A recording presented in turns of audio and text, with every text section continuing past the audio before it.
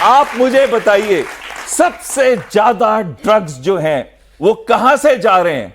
सबसे ज्यादा drugs golden crescent से जा रहे हैं। और गोल्डन क्रिसेंट में क्या आता है?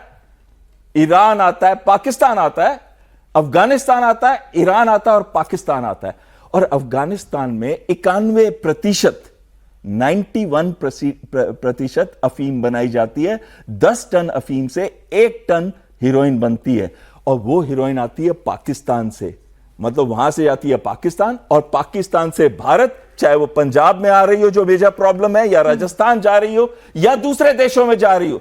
अगर ट्रंप को काउंटर ड्रग ऑपरेशंस करने हैं तो सबसे पहले पाकिस्तान में करने चाहिए। क्यों नहीं कर रहा वहां पे?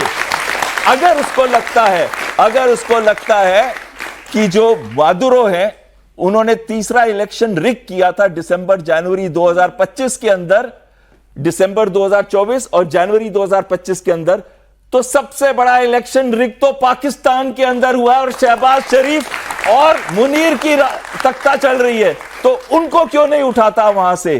तो कहीं ना कहीं वहां पे सारा बिजनेस आ जाता है। अब यह कहना कि जो प्रॉब्लम्स वर्ल्ड के अंदर चल रही है, जब से ट्रंप आए हैं, जो भी युद्ध उन्होंने रुकवाने की कोशिश की है, जैसे कंबोडिया थाईलैंड का, आप देखिए पिछले 3-4 दिन में कितने हमले दोनों साइड पे हुए। पहले तो 2-3 हफ्ते पहले हुए, फिर चीन की मदद से, मलेशिया की मदद से उनको रोका गया, अब फिर वापस आ गए। तो कहीं ना कहीं जहां भी पीस इनिशिएटिव्स ट्रंप ने शुरू किए हैं, यूक्रेन के अंदर इस समय सबसे भीषण युद्ध चल रहा है, जबकि विंटर्स है, वहां हीटिंग भी नहीं है और रोज लोग मर रहे हैं।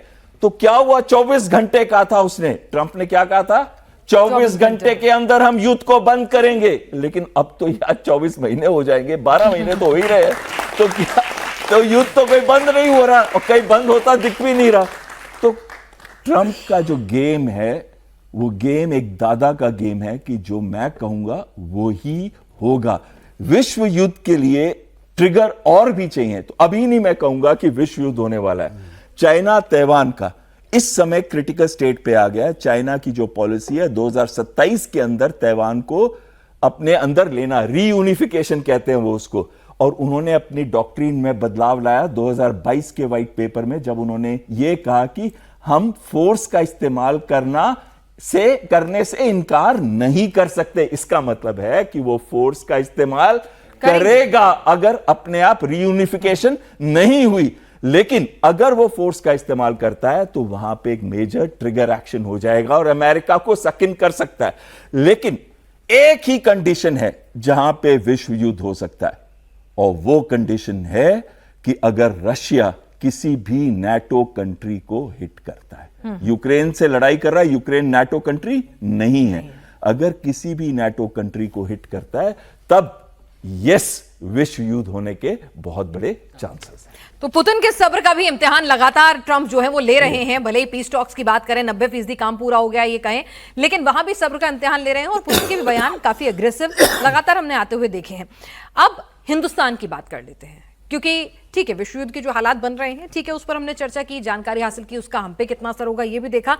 लेकिन अब अमेरिका की उस रिपोर्ट के बारे में चर्चा करते हैं, जो रिपोर्ट ये कह रही है कि 2026 में ये जंग होके रहेगी। किस आधार पर कह रही है, क्या ट्रिगर्स हो सकते हैं?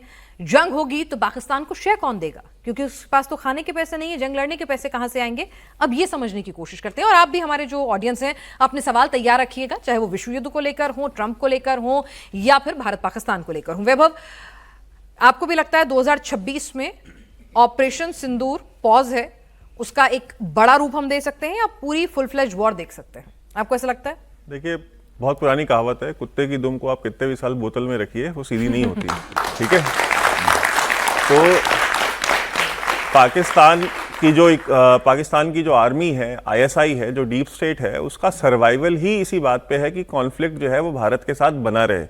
अगर भारत के साथ युद्ध नहीं बना रहेगा तो ये इतनी बड़ी आर्मी और इनके इतने पर्क्स एंड प्रिविलेजेस और इतना ओवरवेलमिंग बजट कि मतलब आप अपनी लगभग देश की सारी बजट का 1/4 हिस्सा अकेले सिर्फ फौज खा जाती हो, तो ये आप जस्टिफाई कैसे करेंगे? तो आपको एक परमानेंट काफिर हिंदू दुश्मन चाहिए